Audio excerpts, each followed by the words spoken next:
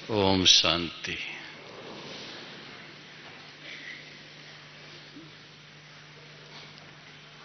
आज का दिन सारे ईश्वरी परिवार के लिए बहुत बहुत महत्व का दिन है।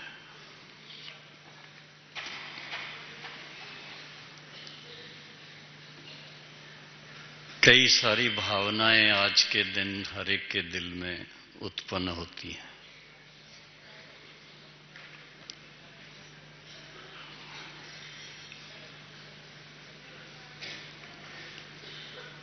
जो बाबा से साकार में मिले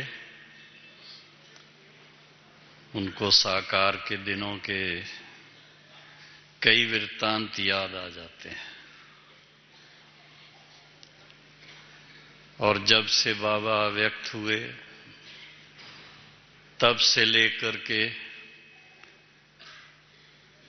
बहुत से भाई बहने हैं बाबा के व्यक्त होने के थोड़े समय के बाद से आए,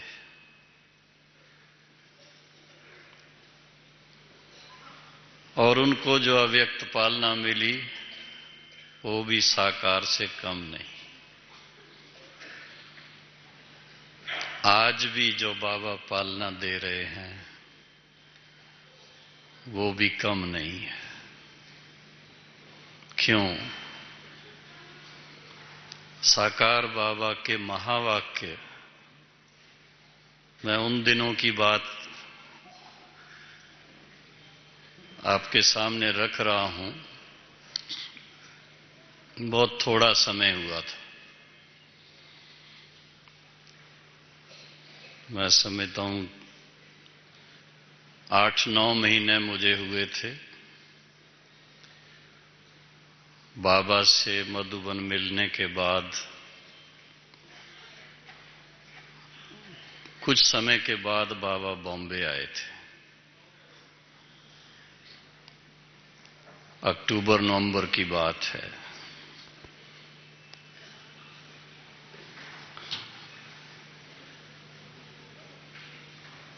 उस समय हम लोग दादी रत्नमोहिनी, इनके माताजी, दादी शीलेंद्रा, दादी पुष्पशांता, शीलेंद्रा दादी की माताजी, क्वीन मदर कहते थे उनको, हम लोग बाबा के पास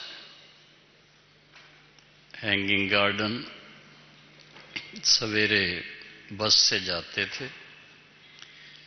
6 बजे की बस, 6:30 बजे बाबा के पास।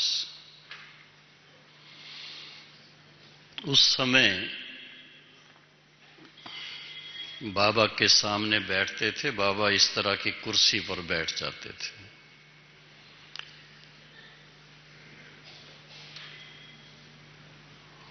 सबको, 6-7 लोगों को बहुत प्यार से दृष्टि देते, और उतने में एक टेलीफोन की घंटी बजती। एक बंधेली माता,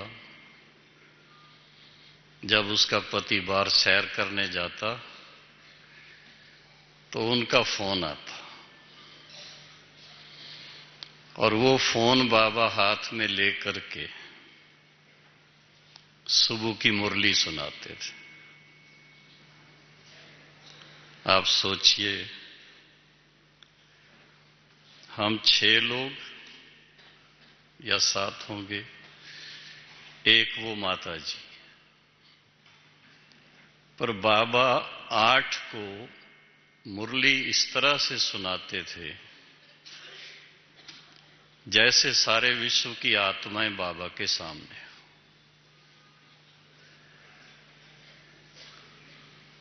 उस समय से बाबा बच्चों का आह्वान करते थे।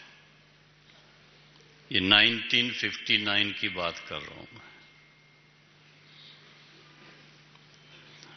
संकल्प चलता होगा, बाबा एक माता को खास फोन क्यों करते थे?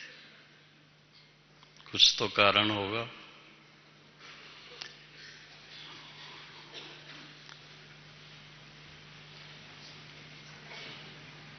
माता जी बहुत यज्ञ स्नेही थी। ऐसे टाइम पर जब यज्ञ का ऐसा समय था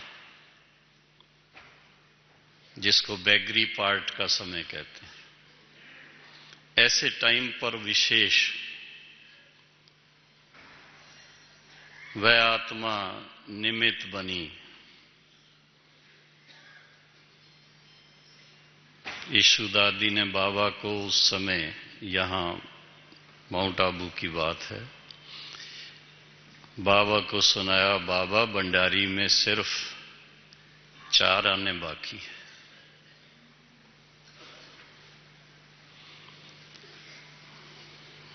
बाबा ने कहा ठीक है बच्ची। और उसी दिन मनी ऑर्डर आ गया और उस दिन से लेकर के यज्ञ की एक प्रकार से प्रोग्रेस शुरू हो गई, आगे ही बढ़ता रहा।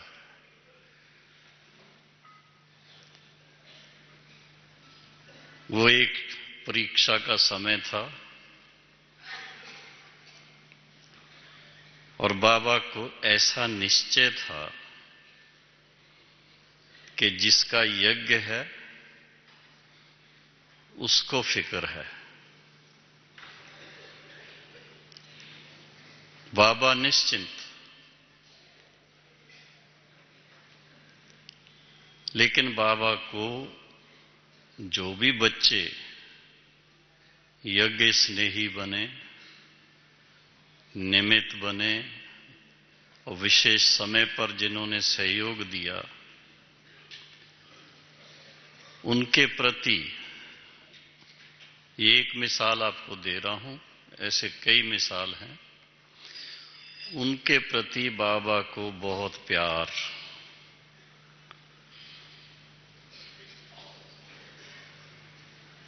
और उसके फलस्वरूप उन आत्माओं का कितना भाग्य बना, ये आप सोच सकते हैं।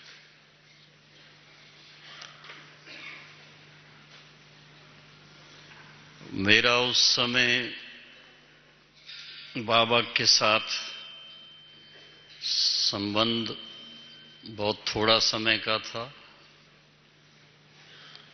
यहां आने से पहले दादी जी का अनुभव सुन रहे थे, तो दादी जी के साथ भी 1959 से मैं संपर्क में आया था, जब दादी जी बाबा से मिलने के लिए पटना से आई थी, तब से लेकर के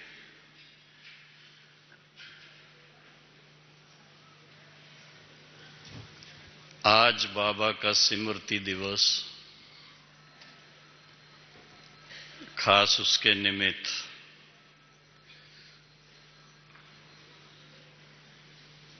अभी ऊपर गए थे हम,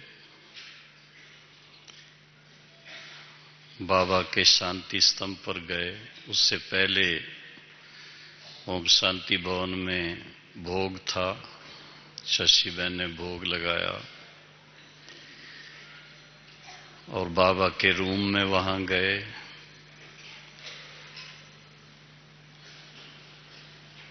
शांति स्तंभ पर आप सब भाई बहनें जाते हैं, खास बाबा के वो महावाक्य, एक प्रकार से बाबा के जीवन का सारा सार उसमें आ जाता है। चारों दिशाओं में बाबा की 4 बातें, जैसे लाइट हाउस से लाइट निकल रही हो, सारे विश्व को लाइट जा रही हो,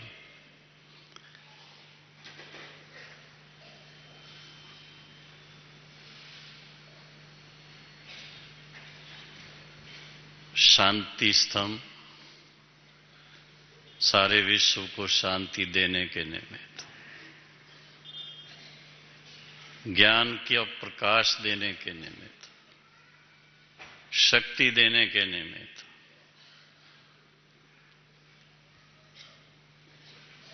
और उसके साथ में ईश्वरी ज्ञान के वो गिने चुने महावाक्य वहां पर अंकित हैं।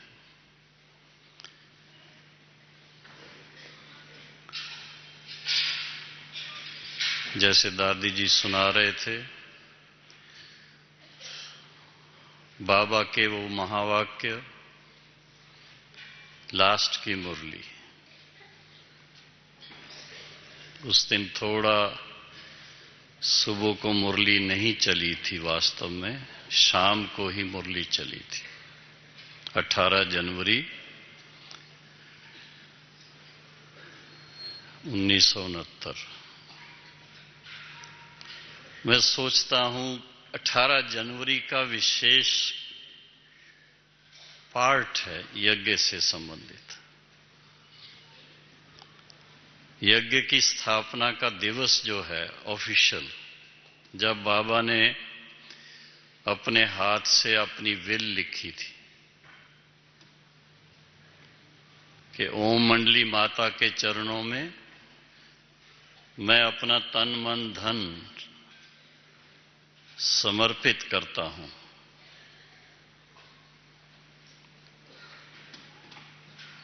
और उस समय बाबा ने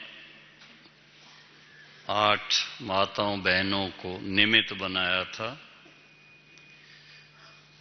वो तारीख भी 18 जनवरी थी, 18 जनवरी 1937।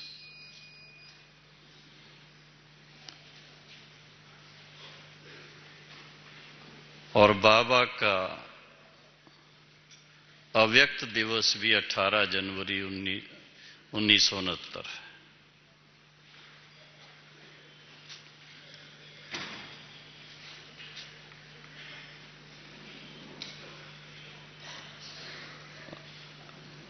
बाबा की ऐसी कई बातें हैं, अगर कहानी के रूप में सुनाएं तो बहुत टाइम चाहिए, लेकिन सार रूप में जैसे शांति स्तंभ पर सार लिखा हुआ है,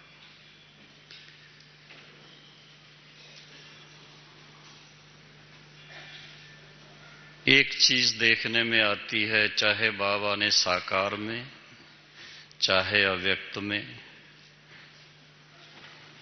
देश और विदेश के भाई बहनों को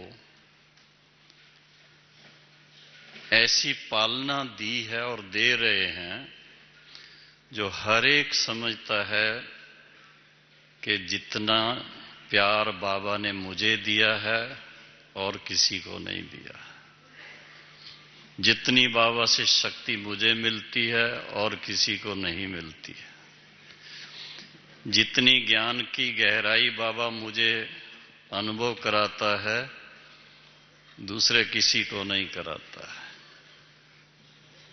योग के द्वारा भी बाबा भिन्न भिन्न समय पर भिन्न भिन्न अनुभव कराता रहता है। और मुझ आत्मा को व्यक्तिगत रूप से पहले पहले यूं कहें बचपन का समय था। ईश्वरी ज्ञान में भी बचपन तो शरीर के हिसाब से भी कोई बहुत बड़ी उम्र नहीं थी। 20 साल की उम्र क्या होती है। उस समय बाबा ने जिस तरह से पालना दी थी वो एक एक दिन याद आ जाता है। दादी जी जैसे सुना रहे थे, उंगली पकड़ करके चलाना। अब स्थूल में भी उंगली पकड़ना है, लेकिन ईश्वरी ज्ञान मार्ग में एक्यूरेट हम चलें और आगे बढ़ते रहें, उन्नति होती रहे। आपने विचार किया होगा, बाबा ने हम सबको लक्ष्य इतना ऊंचा दिया है। भक्ति मार्ग में कोई अगर सुने तो वो कहेंगे इसके लिए तो कई जन्म चाहिए।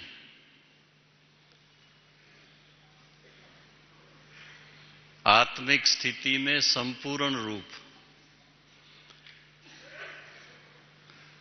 और साकार में अगर देखें तो सर्वगुण संपन्न, 16 कला संपूर्ण, संपूर्ण निर्विकारी, जो श्री लक्ष्मी श्री नारायण की महिमा में आता है, ऐसे स्वरूप तक हम आत्माएं पहुंचे। पहले तो उसका संकल्प करना ही दुनिया के अंदर कोई समझता ही नहीं है कि ये कोई हमारे लिए बात है, ये कोई पॉसिबल बात है। और आप सभी ने अनुभव किया होगा, पहले दिन से जब ज्ञान लेते हैं तो बाबा का यही महावाक्य कि ये ईश्वरीय ज्ञान मनुष्य से देवता बनाने के लिए, नर से श्री नारायण बनाने के लिए, नारी से श्री लक्ष्मी बनाने के लिए, इतना ऊंचा लक्ष्य किसी ने दिया नहीं। दूसरा, बाबा को विशेष साकार रूप में देखा। बाबा ने अपना जो संबंध दिया रूहानी तौर पर, सभी आत्माएं बाबा के बच्चे हैं और प्रजापिता ब्रह्मा के रूप से सभी बच्चे और बच्चियां हैं, भगत नहीं। इसलिए बाबा कभी भी किसी को भी अपने पांव को हाथ लगाने नहीं देता था। खास बात जो मैं मोटी मोटी बातें आपको थोड़ा सुना रहा हूं, बाबा की धारणाएं अपनी इतनी ऊंची, कहां तो राजाओं महाराजाओं के साथ बाबा के संबंध थे। कलकत्ता में जब रहते थे, बाबा खुद सुनाते थे तो अपने आप को देखते थे जैसे किद्दरपुर का महाराजा हूं। लेकिन जब बाबा ने शिव बाबा का अनुभव किया, शिव बाबा के महावाक्य सुने और शिव बाबा का आदेश निमित्त बनने के लिए उनको मिला, तब से बाबा का क्या जीवन,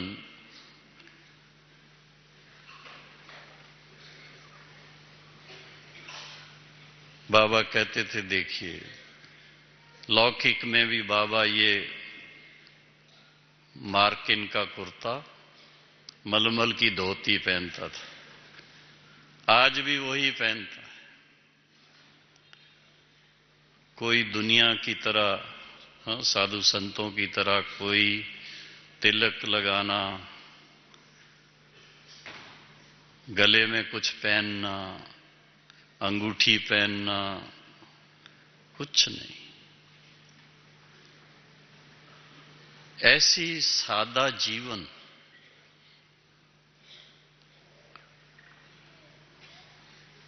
मधुबन में रहते थे तो लकड़ी की खड़ाम पहनना।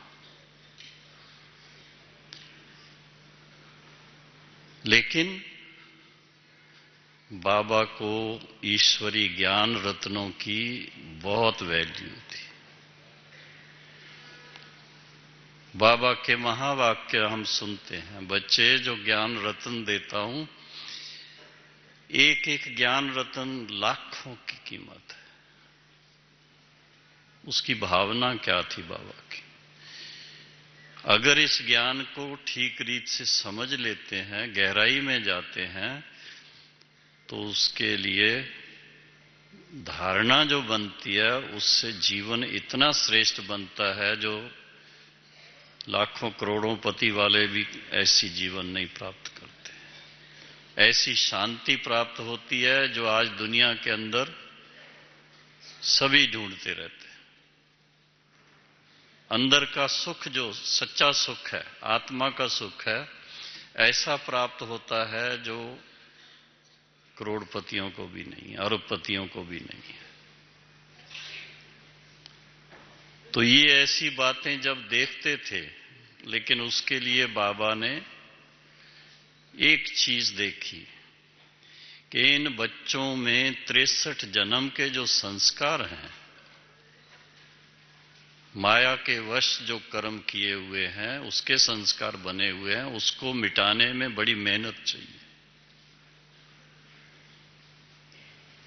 और इसलिए जब से हमने ज्ञान लेना शुरू किया तो बाबा ने 2-3 बातों पर बहुत जोर दिया था। एक तो अमृत वेले उठ करके बाबा को याद करना और सारे दिन में अपने ऊपर अटेंशन रखना।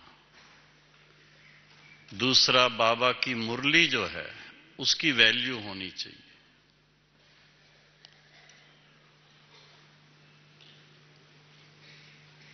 कौन मुरली सुनाता है?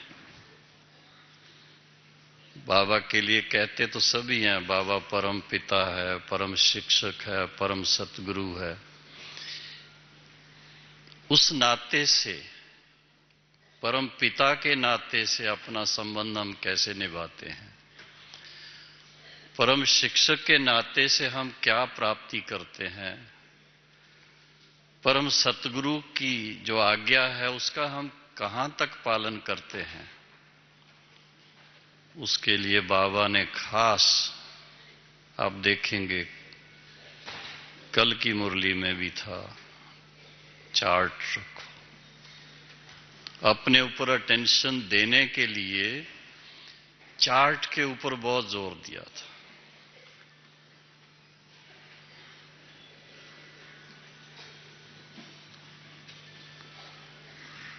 और एक खास बात, बाबा बच्चों का मान बढ़ाने के लिए, कहां तो भक्ति में अपने आप को क्या समझते थे, देवी देवताओं की या तो साधु संतों की चरणों की धूल अपने आप को समझते थे। और बाबा ने क्या कहा, नहीं बच्चे, आप बच्चे बाप दादा के नैनों के नूर हो। पत्र लिखते थे तो स्टार्टिंग पत्र की होती उससे थी, नूरे रतन निर्वैर शेर प्रति। पत्र बच्चे का पाया, हर्ष आया। अब आप सोचिए, ऐसा कोई लिख सकता है?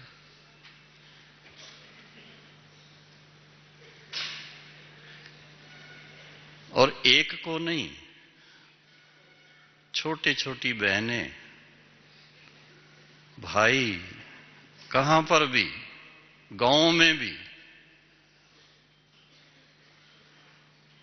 इतनी ऊंची दृष्टि से बाबा ने हम बच्चों को देखा।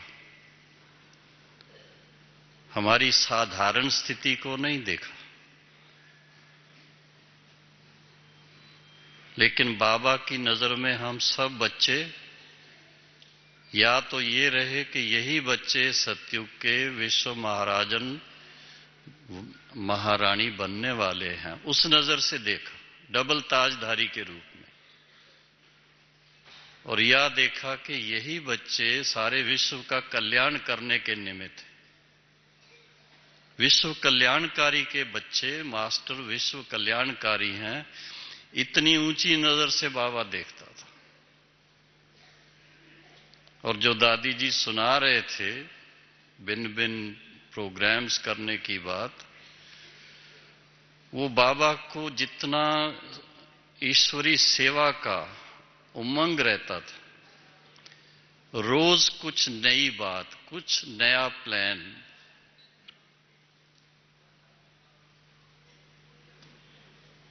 मैं बाबा को लिखता था, बाबा इनको कोर्स कराया, तो बाबा लिखेंगे, हाँ बच्चे ये तो ठीक है, और तुमने नया क्या किया? नया प्लान क्या बनाया, नए चित्र कौन से बनाए।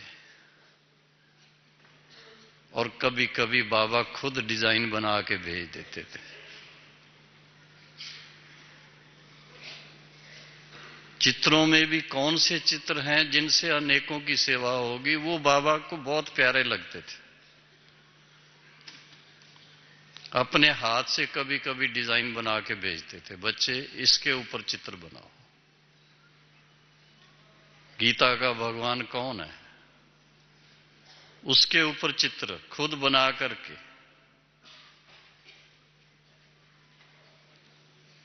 तो बाबा को सर्विसेबल बच्चे बहुत प्यारे लगते थे।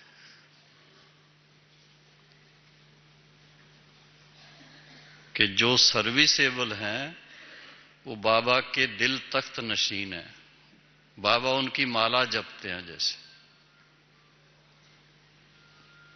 खास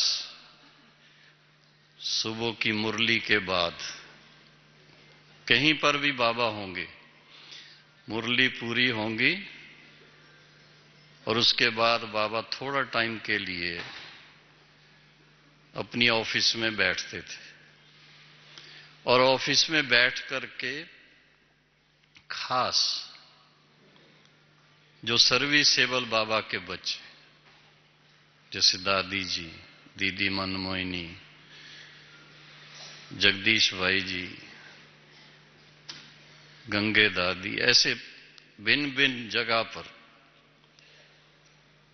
शील दादी, रमेश भाई, तो फटाफट चिट्ठियां लिखते ब्रिजमोहन भाई को, इनके पिताजी को चिट्ठियां लिखते फटाफट।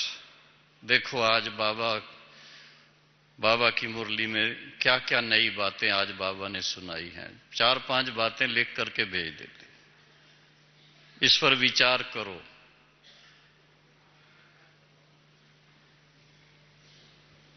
सेवा, बाबा को जितनी सेवा का शौक था, क्यों सेवा का शौक था? बाबा को अपना नाम वाला करने के लिए नहीं चाहिए था, लेकिन बाबा के दिल में इस समय जो सृष्टि की हालत है, इस समय जो मानवता की हालत है, उस पर बहुत तरस आता था।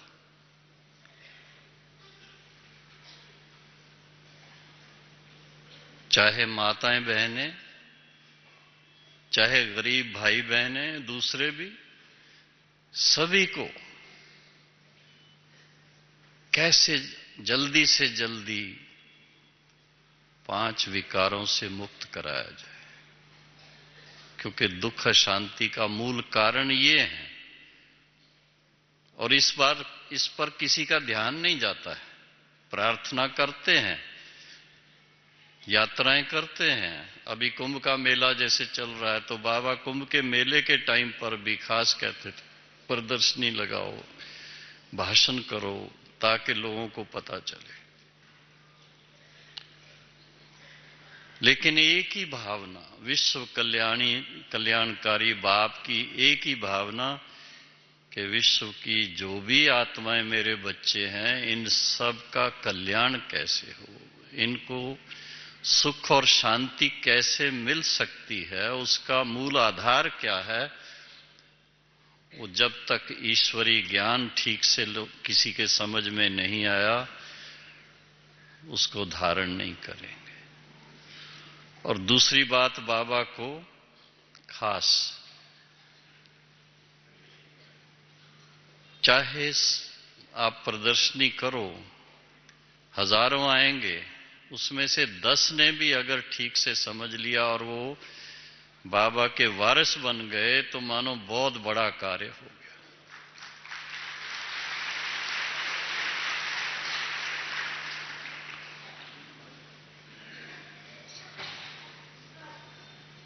ऐसी ऐसी बातें बाबा सिखा करके, समझा करके, और फिर खास बाबा का ध्यान कुमारियों के ऊपर।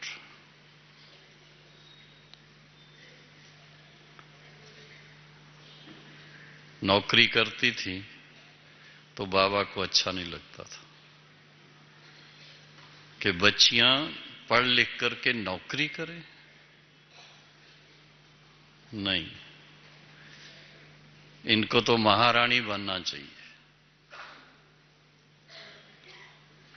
बाबा की गद्दी पर बैठे। ऐसी ऐसी भावनाएं बाबा के दिल में सदा रहती थी और उसके लिए बाबा हमेशा दादी जी को, दूसरी दादियों को खास कहते थे। विशेष प्रोग्राम जो कॉलेज में पढ़ने वाली, स्कूल में पढ़ने वाली ऐसे बच्चियां हैं, उनके लिए खास कुछ करो।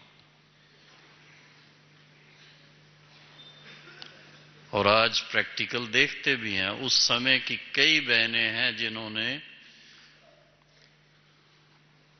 हिम्मत रखी,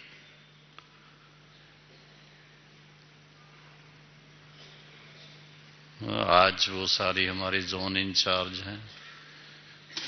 अचल दीदी यहां आई हुई है, प्रेम दीदी आई हुई है, वो सब छोटी एज में आए।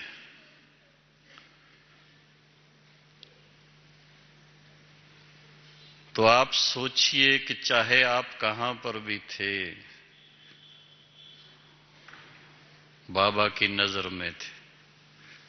और बाबा की नजर यूं ही कहेंगे, कोई ना कोई निमित्त बने, कोई ना कोई कारण बना, किसी के द्वारा थोड़ी दृष्टि मिली, किसी के द्वारा थोड़ा ज्ञान सुना और बाबा को आपने पहचान लिया। और बाबा को पहचानने के बाद आपके दिल से कौन सा गीत बजता है बताइए? हाँ? खुशी के गीत बजते हैं। और बाबा को पसंद भी यही आता था कि बच्चे सदा खुश रहे। कोई का थोड़ा चेहरा डाउन होता था ना, वो अच्छा नहीं लगता था।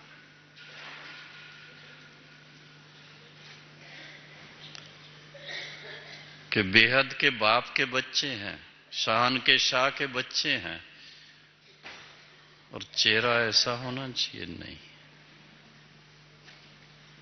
वो नशा चाहिए। जो बाबा के शब्द हैं, बाकी सब नशों में है नुकसान, नर से नारायण बनने के सिवा। तो बाबा की ऐसी बहुत सारी बातें हैं धारणा के लिए खास। ब्रह्मा कुमार, ब्रह्मा कुमारी बन जाना कितना टाइम लगता है? 1 सप्ताह। 1 सप्ताह का ही कोर्स है ना। कितना कोर्स किया सभी ने। हमें भी जब आए थे तो बहन जी ने यही कहा था, 7 दिन का कोर्स है, वो अभी तक पूरा नहीं हुआ है।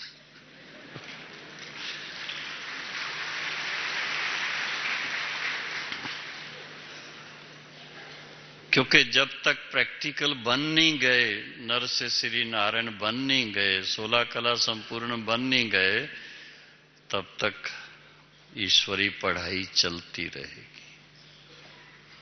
हर एक अपने धारणाओं से, अपनी स्थिति से, अपने संकल्पों से, अपने स्वप्नों से हर एक अपना चार्ट देख सकता है कि मेरी इस समय की स्थिति क्या है, कहां तक पहुंचे, बाकी क्या करना है।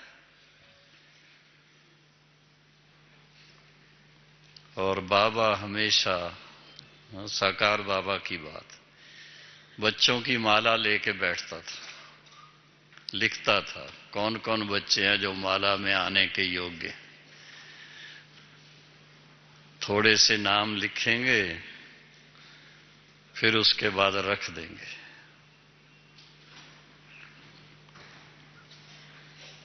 क्यों? कारण क्या था रखने का? ये नहीं कि बच्चों में वो बातें, वो खूबियां या वो विशेषताएं नहीं थी, फिर बाबा को आता था, नहीं अभी तो बच्चे बहुत आने वाले हैं, उनमें से भी कोई निकलेंगे।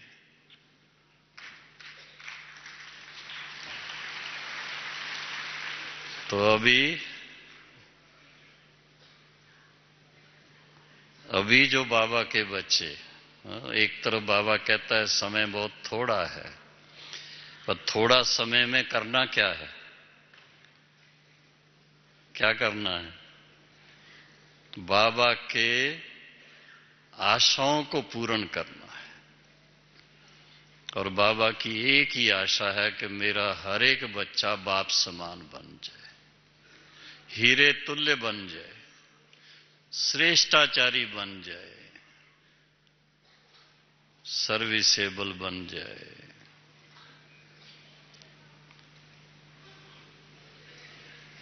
सदा फूलों की तरह मुस्कुराते रहे। बाबा मिसाल देते थे, देवताएं कभी भी सीरियस नहीं होते, उनके चेहरे जो हैं सदा मुस्कुराते हैं। तो आप हो होनहार देवताएं भी सदा मुस्कुराते रहें। 18 जनवरी के दिन विशेष आज के दिन मैं यही कहूंगा, बाबा से यही वरदान हम प्राप्त करें आज के दिन। बाबा की याद में अभी ख्याल में आई कि आज भी हमारे सामने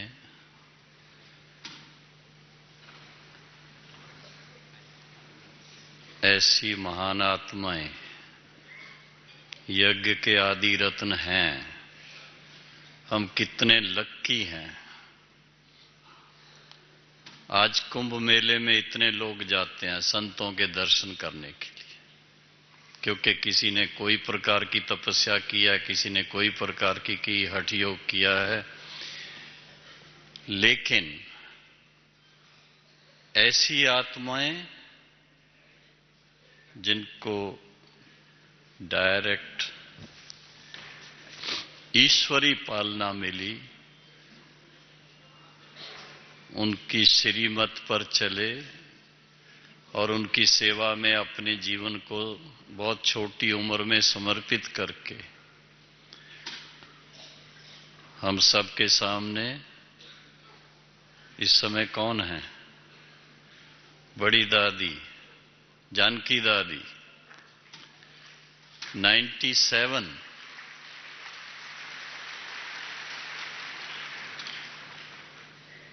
उनकी उमंग उत्साह को हम सब देखते हैं। अगर वश चले उनका शरीर के ऊपर तो 17 साल की बहन के तरह ही वो दौड़ती रहे।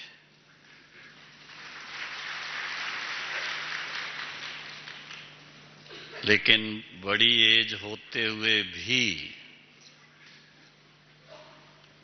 जब बात करेंगी, चाहे क्लास में करे, चाहे व्यक्तिगत में करे, चाहे किसी वीआईपी से मिले, क्या नशा, क्या भावनाएं, कितनी ऊंचाई की बातें मंथन भी करती हैं, मुरली का मंथन भी करती हैं, और फिर इतनी गहराई से हर एक बात को हम सबको सुनाती है।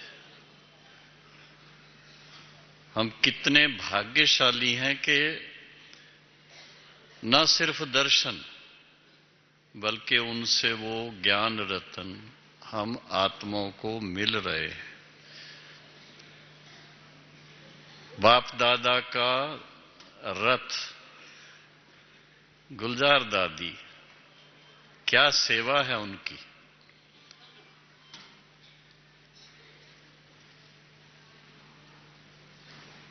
ऐसा उनका उदाहरण है। निर्विकल्प स्थिति क्या होती है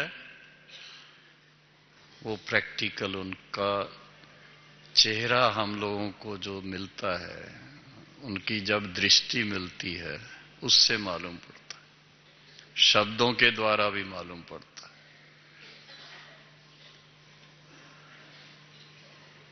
और आप सोचिए, बाबा ने अपना वायदा पूरा कैसे किया। बाबा का एक वायदा है शुरू से, जब तक सतयुग की स्थापना का कार्य पूरा नहीं होता है, बाप बच्चों के साथ रहेगा।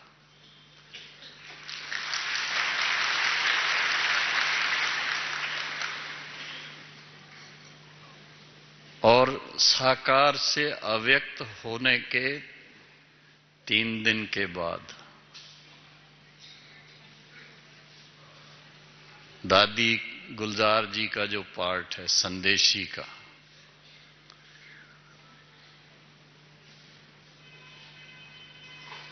दादी जी और दीदी जी, दीदी मनमोहिनी और दादी प्रकाश मणि, उन्होंने विशेष दादी गुलजार को भोग लगाने के लिए रिक्वेस्ट किया और पहली अव्यक्त मुरली हम बच्चों को सुनने को मिली थी 21 जनवरी 1969। और तब से लेकर के आज दिन तक उनके द्वारा हमें बाप दादा का मिलन, बाप दादा की डायरेक्शंस मिलती रहती हैं। क्या नशा होना चाहिए हम बच्चों को कि डायरेक्ट हम बच्चों को बाबा की गाइडेंस आज दिन तक मिल रही है। ये कम सौभाग्य की बात नहीं है।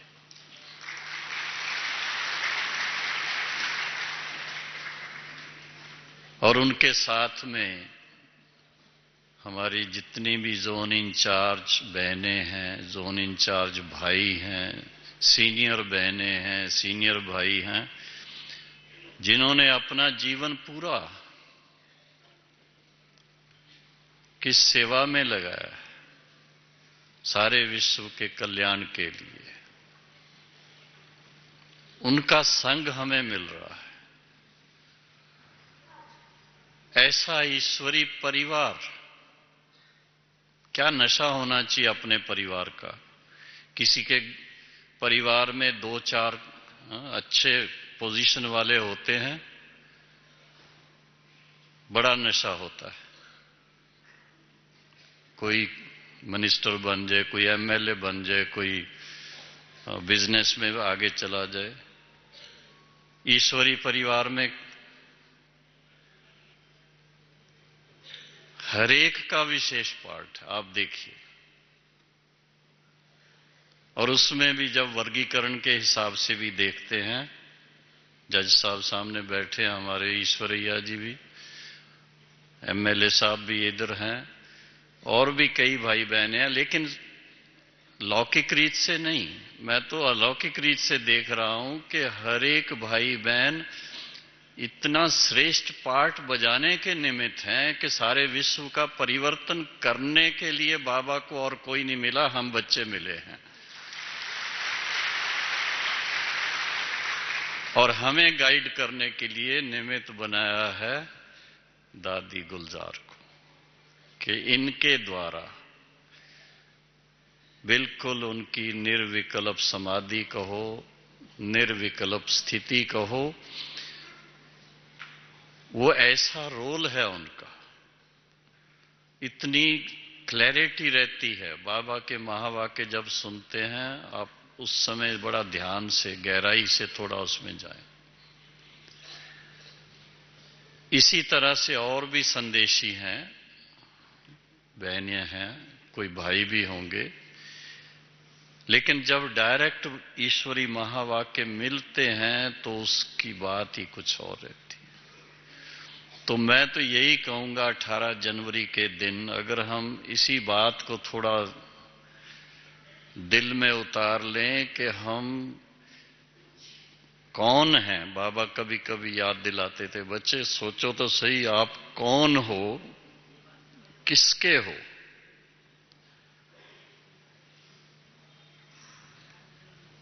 ईश्वरी संतान होना, वैसे तो सारी दुनिया को कहा जाएगा ईश्वरी संतान है, लेकिन नहीं, जिन्हों को बाबा ने ज्ञान के द्वारा दिव्य दृष्टि का वरदान दे दिया, तो दिव्य दृष्टि दाता, दिव्य चक्षु विधाता ने ईश्वरी ज्ञान के द्वारा हम बच्चों को जो ये वरदान दिया है, उसकी वैल्यू बहुत चाहिए। बाबा को बहुत नशा रहता था, साकार बाबा को, अपने पार्ट का, 84 जन्मों का पार्ट कितना ऊंचा है, तो हम सब बाबा के साथ पार्ट बजाने वालों को कितना नशा होना चाहिए। बाबा कहते थे वाह रे, मैं अपनी पीठ ऐसे थपकते थे, तो आप भी जरा थपको अपनी पीठ को, वाह रे मैं ऐसा नशा चाहिए बस। भले आज अव्यक्त दिवस है, अव्यक्त दिवस में अव्यक्त बाबा के संग का रंग हमें लगना चाहिए प्रैक्टिकल में, और उसका सबसे बड़ी निशानी यही होगी कि सदा हर एक का सिर ऊंचा रहे, नैनों में खुमारी रहे, दिल सदा खुश रहे और हर एक के प्रति शुभ भावना रहे।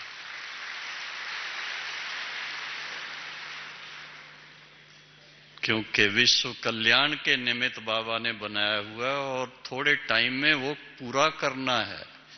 कभी कभी भाई बहनें पूछते हैं श्री कृष्ण का जन्म कभी होगा, और बाबा क्या जवाब देता है, आ रहे हैं। लेकिन ये भी कहते हैं कि देवताओं के पांव कलयुगी धरती पर नहीं पड़ते। हिसाब निकालते हैं भाई, 100 साल संगम युग है, बाकी कितने रह गए, कितने रह गए, 25 साल, 24 साल। इतने थोड़े टाइम में सब कार्य पूरा करना है। और सत्युग की शुरुआत कब से मानी जाती है, 111 कब से माना जाएगा, कोरोनेशन के बाद, हाँ, जब श्री लक्ष्मी नारायण के रूप में राजगद्दी पे बैठ जाए, तो उससे पहले जन्म 20-25 साल पहले होना चाहिए ना। तो ये सब बातों में दिमाग लगाएंगे तो खुशी का पारा चढ़ता रहेगा, भाई वाह, हम भी अभी उसमें जाने वाले हैं।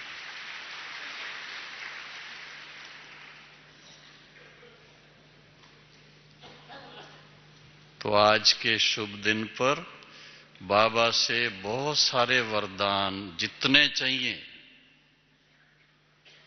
प्राप्त करने हैं, और वरदानी स्वरूप अपना बन जाए, वरदानी मूर्त बन जाए, इस लक्ष्य से अभी 3 मिनट फिर से बाबा की याद में बैठना है। खास कि मैं बाबा का या बाबा की वरदानी आत्मा हूं, इस स्वरूप में आज मेडिटेशन करना।